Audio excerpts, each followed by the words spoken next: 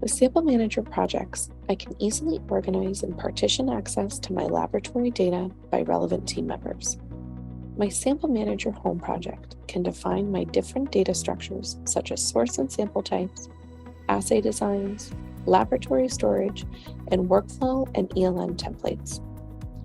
From the home project, I can also view all my data across projects that I have access to in one grid for easy reporting and analysis.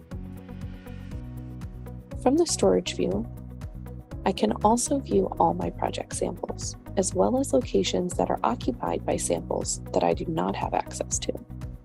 When I create a new project, it's easy to choose which team members should have access to read, edit, or administer project data.